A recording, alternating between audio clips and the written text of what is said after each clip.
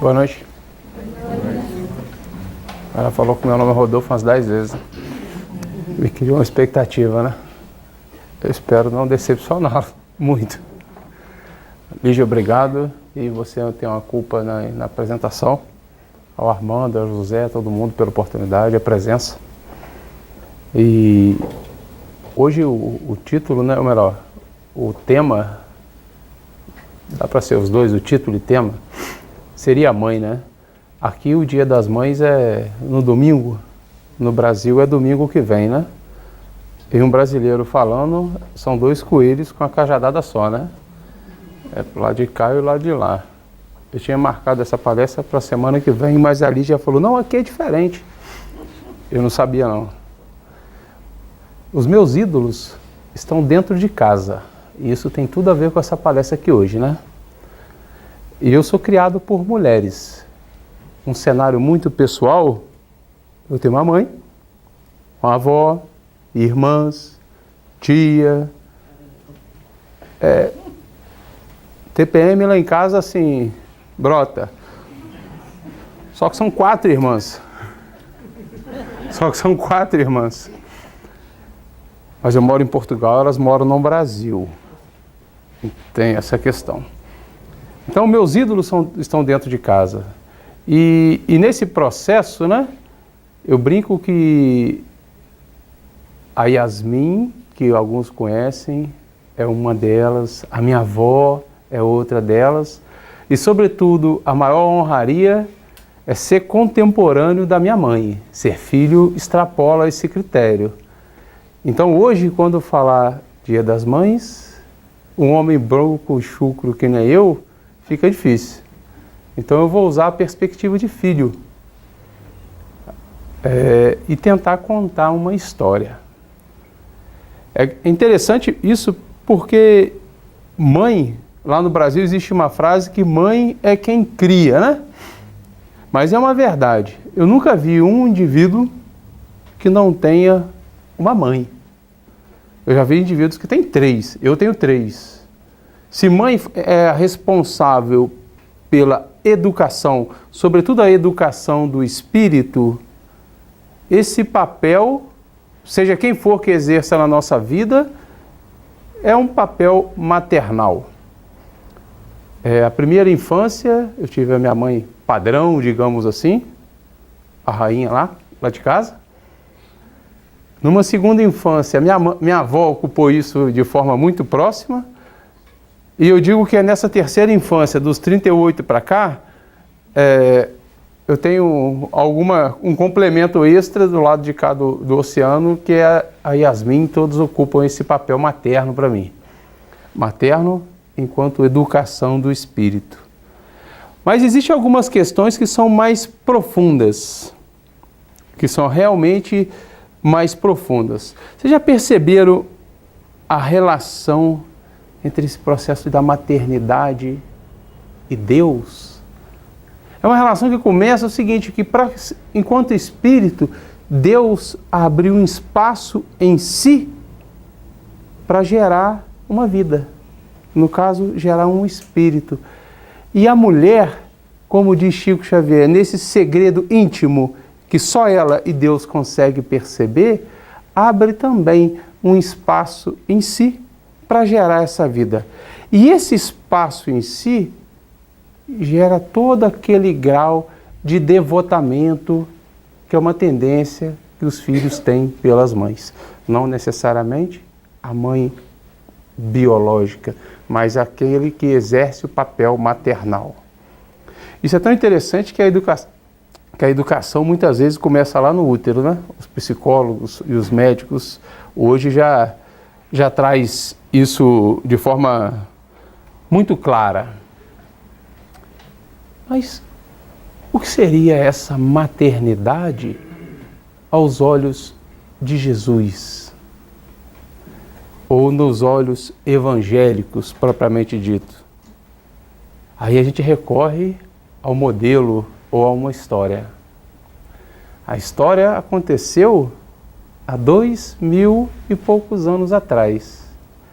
Ela era judia, da tribo de Davi, Isso faz toda a diferença, ela ser da tribo de Davi. Porque a outra grande tribo era da tribo de Jacó. E o fato dela ser da tribo de Davi indica que ela já conhecia José. Ela foi criada num templo, desde os 3 anos. E dentro desse templo, então, acostumada aos processos relacionados ao judaísmo, tinha um contato com as escrituras. Ela fazia parte do grupo As Virgens do Templo. Por isso, a Virgem Maria. E esse é o contexto da sua criação. Esse é o contexto de formação daquela psique, daquela alma que já era preparada. Porque não pensa que é fácil ser filha, ser mãe de Jesus. Porque todo mundo pensa o lado bom da coisa, né? Ter Jesus dentro de casa. Imagina as angústias. Ainda bem que era uma alma preparada. Ela era de Nazaré.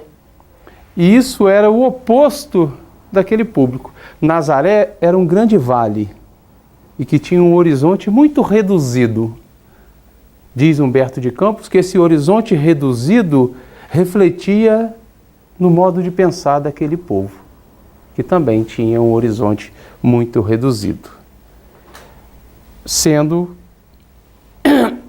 ela uma iniciada nas tradições do judaísmo, com um processo de fé, abre aspas, confiar e entregar, enquanto o significado de fé, ela recebe um belo dia a visita de um anjo.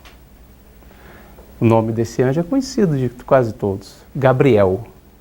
Gabriel é uma composição de 2 palavras, né? Ou melhor, é uma palavra se desmembrada, cada uma tem 2 sentidos. Gabri, moço, El, Deus. O contexto da Gabriel, o enviado de Deus, o seu mensageiro. É aquele que fica em frente a Deus, no sentido de cumprir sua mensagem. E Gabriel, quando a visita, naquele espanto inicial, conta para ela que ela seria mãe. E ela rebate. Como será isso, se eu não conheço homem algum? Isso está lá em Lucas capítulo 1, versículo 34. Aqui um parênteses. Para descrever Maria, a gente vai usar sempre Lucas, que bebeu nessa fonte na hora de montar o seu evangelho. Então Gabriel, o anjo, explica que ela se casaria com José e informa o nome da criança que viria a ser gerada, Jesus, aquele que traz o consolo, aquele que veio salvar, que traz a salvação. Maria, uma garota nova, José, um senhor.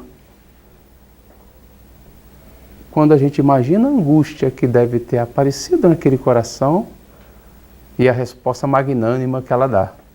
Eis aqui a serva do Senhor, faça-se em mim segundo a sua vontade.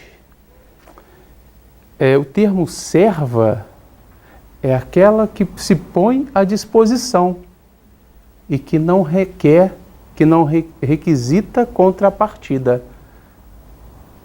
É uma mãe, é uma postura de mãe. Aquela que se põe à disposição. Eu nunca vi uma mãe, no sentido maternal, requerer a contrapartida do filho. Requer sim, que ele seja feliz. Essa é a contrapartida.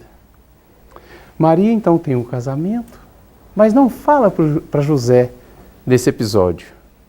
Mas como ela tinha fé, a fé da confiança e da entrega, sabia que Deus, o Senhor, iria encaixar essas peças para que ocorresse harmoniosamente. Tempo passa, Maria vai visitar Isabel. Antes dessa visita, ela recebe outra outra visita do anjo. Antes de ir a Isabel, recebe outra visita do anjo. E o anjo, quando encontra com Maria, ele a sauda da seguinte forma: Ave Maria, olá Maria, cheia de graça, e o Senhor é convosco. Ela estava grávida de Jesus. Olá Maria, cheia de graça, o Senhor é convosco. Isso nas tradições atuais já nos dá algum cheiro de alguma coisa. Então ela visita Isabel. Chega, tem aquele encontro de amigas, de almas amigas, e faz um combinado engraçado, que hoje interfere a todos aqui dentro.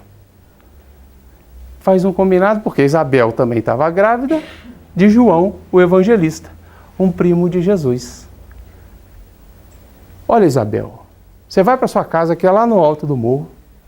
Quando chegar na hora do parto, que eu vim cá para te ajudar, você bota fogo na fogueira, que eu vou saber que está na hora e vou lá em cima te ajudar. Isso porque não tinha telefone, né?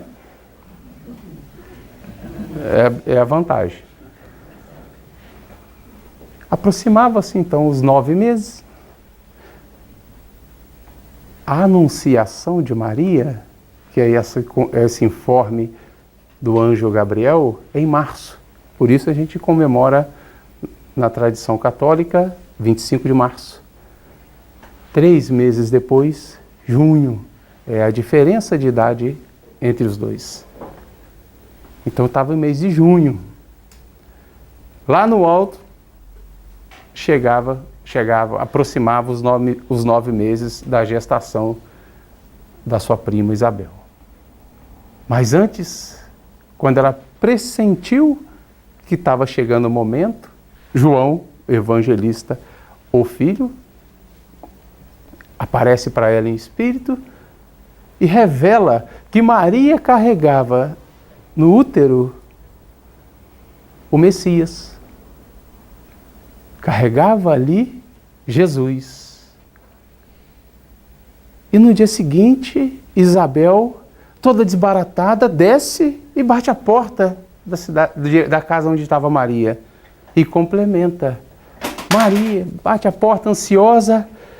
Bendita sois vós entre as mulheres, e bendito é o fruto do vosso ventre, Jesus. A gente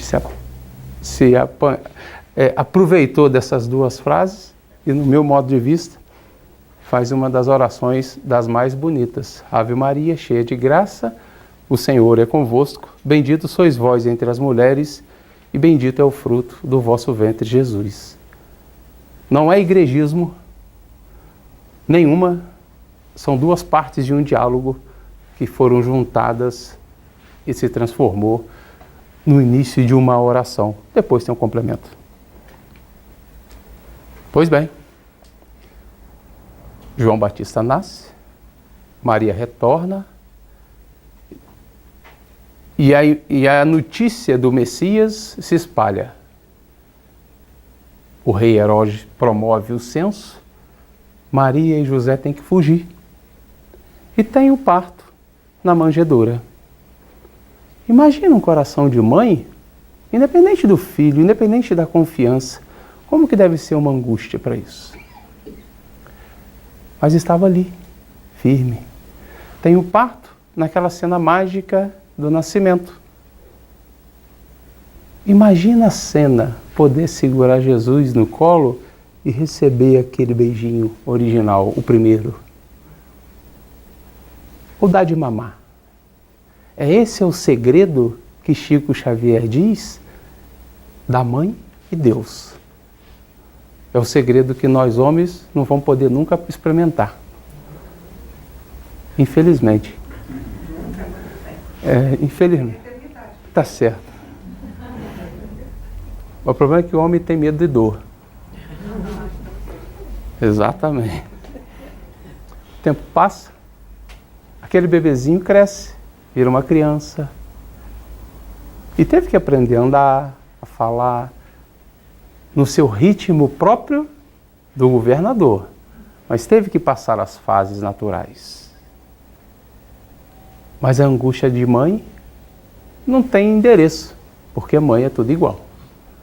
Imagina a cena o coração de Maria ao ver Jesus chegando em casa com 2 ladrões famosos da época, um em cada mão.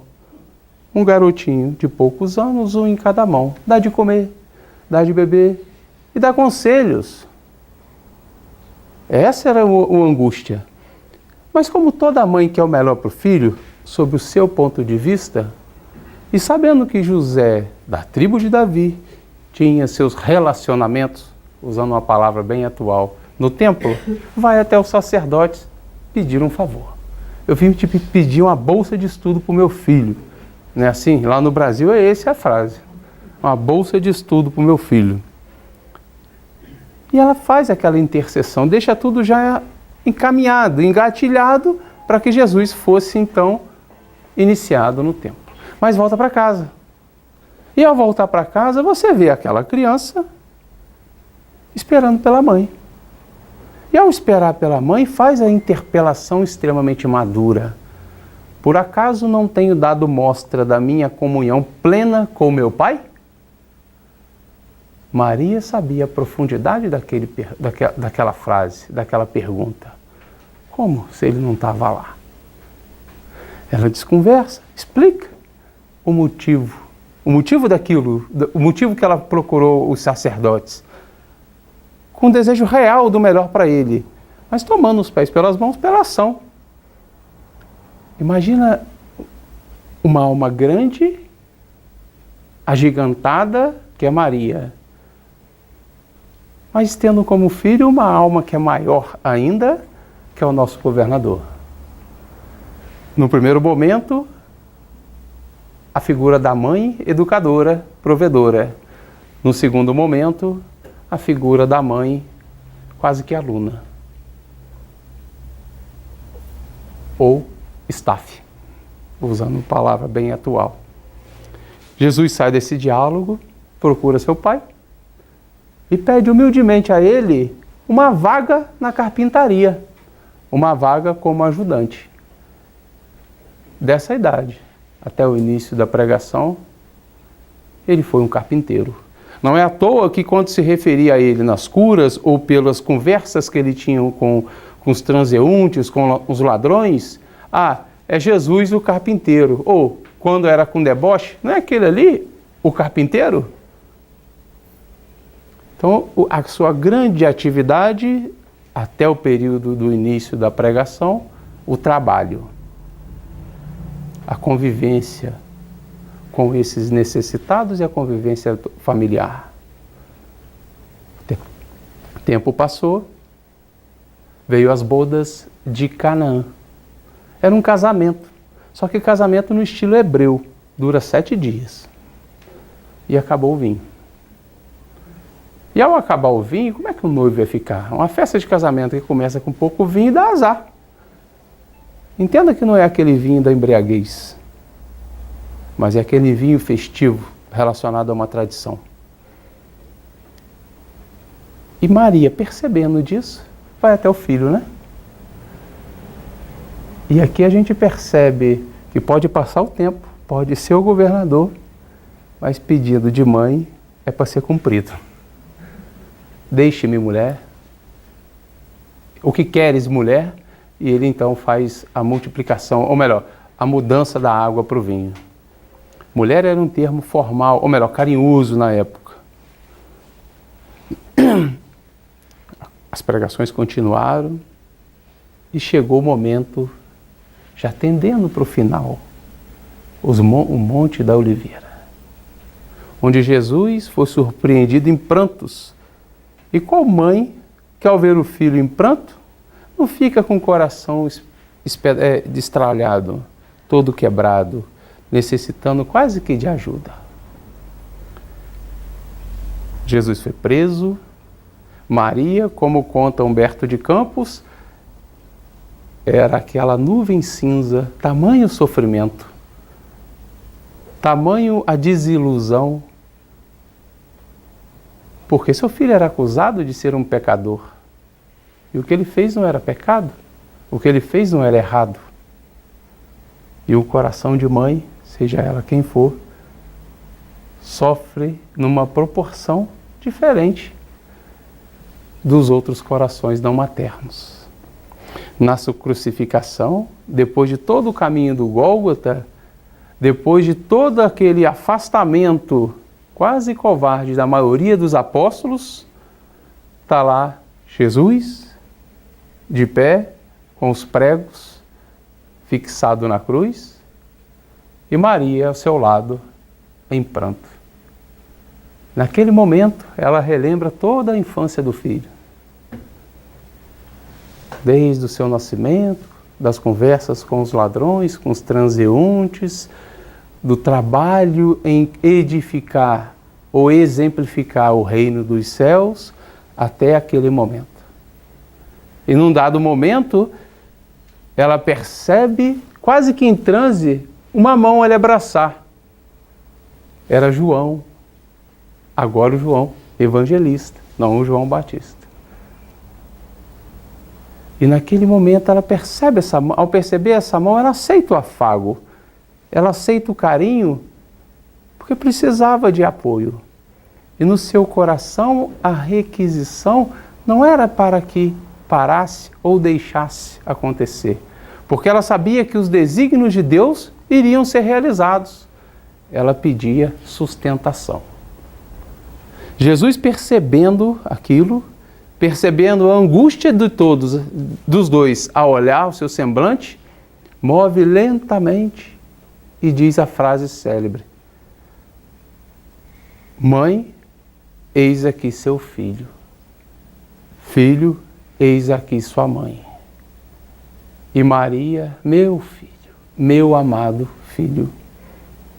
Jesus desencarna e Maria tem essa relação de mãe e filho iniciada com João, que simboliza o início da sua maternidade para toda a cristandade, toda a comunidade cristã que viria no porvir. Esse momento foi marcante porque fortaleceu um laço entre João, um garoto, que precisava daquele apoio, e Maria, que já não era uma garota, que precisava também de um apoio. Leia-se um apoio, uma sociedade que não é uma sociedade como a nossa. Precisava desse cuidado mútuo. Maria e João, tempo passa, vão para Éfeso. Lá em Éfeso, onde tem aquela casinha, até hoje,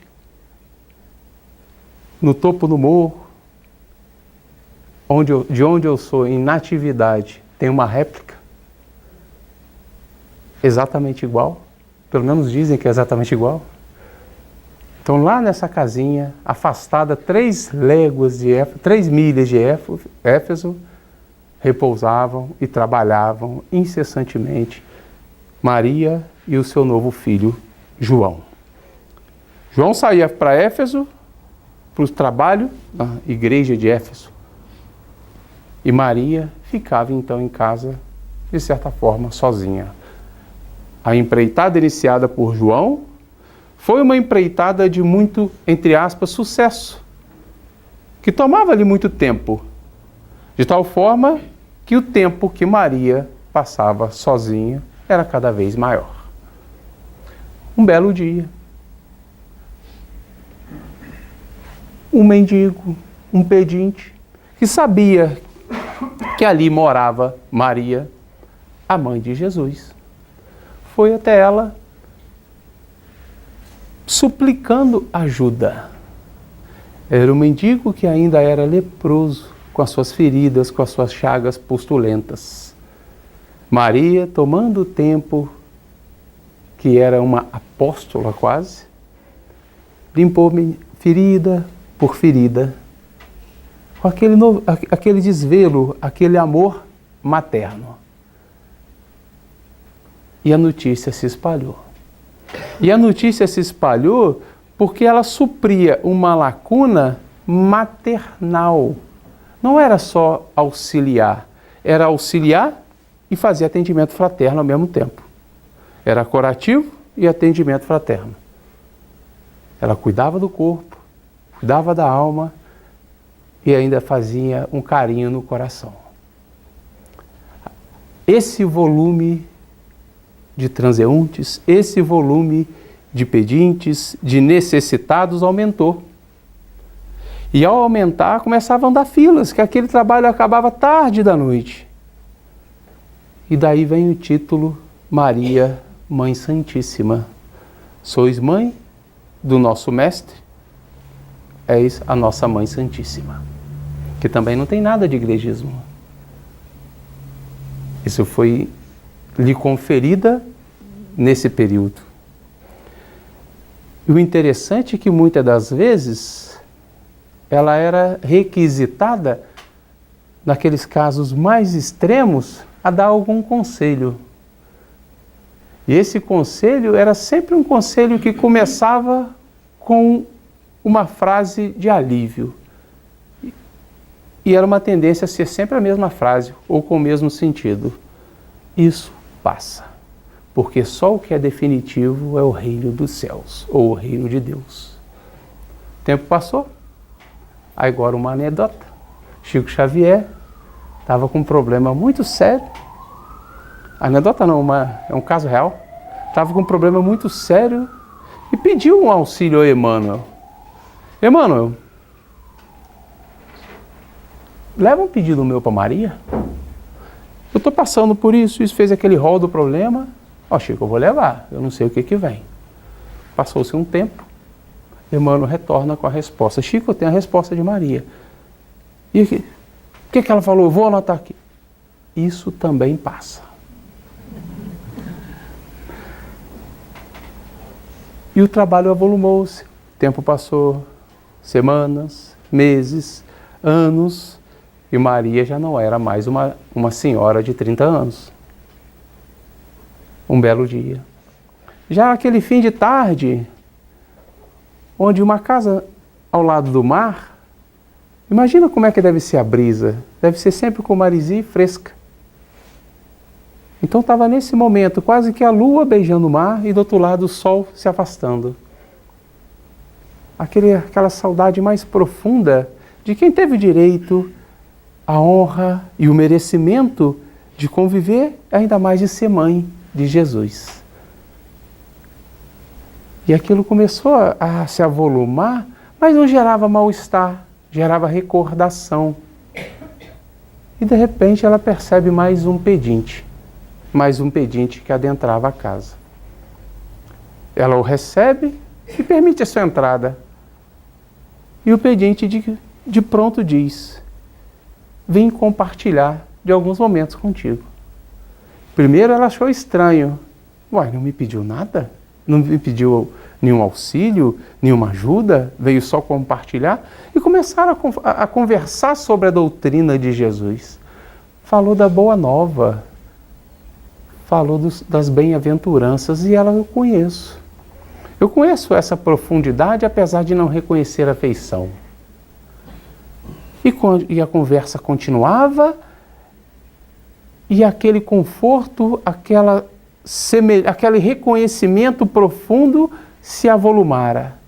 E no belo momento, esse pedinte lhe estende as mãos: vem, minha mãe, vem para os meus braços.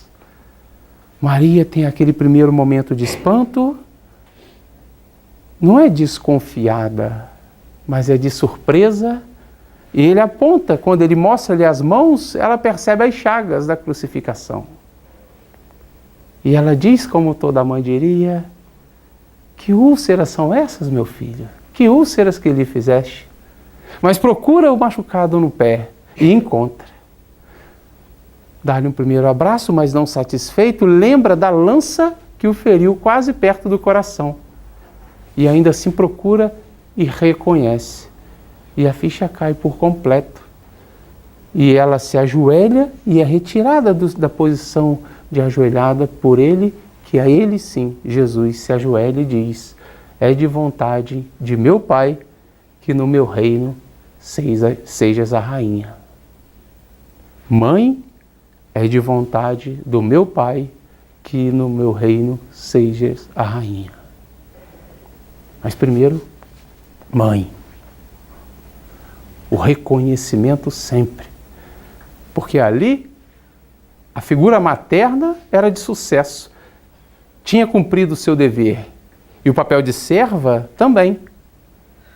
De aceitar o seu desígnio sem contestação. Depois daquele choque, daquele frenesi, Maria fica acamada alguns poucos dias. João é buscado em Éfeso de uma forma acelerada, para que pudesse, ainda assim, estar com ela nos momentos derradeiros. Nos momentos finais, Maria percebe mãos angélicas a levantando do corpo e sobressaindo da casa, levitando ao alto. Podia ver de cima alguns vilarejos, mas o coração de mãe quer estar junto dos filhos e sabia que Jesus estava esperando por ela. Ao demonstrar o desejo, ela começou a ver as pequenas vilas, Betsaida, Dalmanuta, Nazaré do seu coração, Cafarnaum, o lago que parece um alaúde, onde Jesus cantou as canções mais belas do Evangelho, como diz Humberto de Campos. Naquele momento, aquela multidão de anjos nos quais ela seria rainha, dos quais ela seria a rainha, já se endereçando, já se direcionando para junto de Jesus, que aguardava nos céus, percebe uma mudança de intenção. Ela tinha ouvido falar que em Roma muitos cristãos, por seguirem seu filho, morriam. E ela queria estar com eles para transmitir-lhe, de certa forma, ânimo. Chega em Roma, nos anfiteatros, nos subsolos, nos calabouços, e percebe aquela multidão de sofredores, de cristãos injustiçados, os futuros mártires. E o que eu posso fazer? Eu vou usar da minha prerrogativa para pedir para esse processo parar. Veio o entendimento. A vontade de Deus é suprema. O posicionamento é de serva. Então, o que eu posso entregar de mim mesmo sem ferir os desígnios do meu Pai? Procura, ela vai um por um e encontra Joana, uma senhora já magra, uma garota já magra, na beirada da cela, encostada na grade.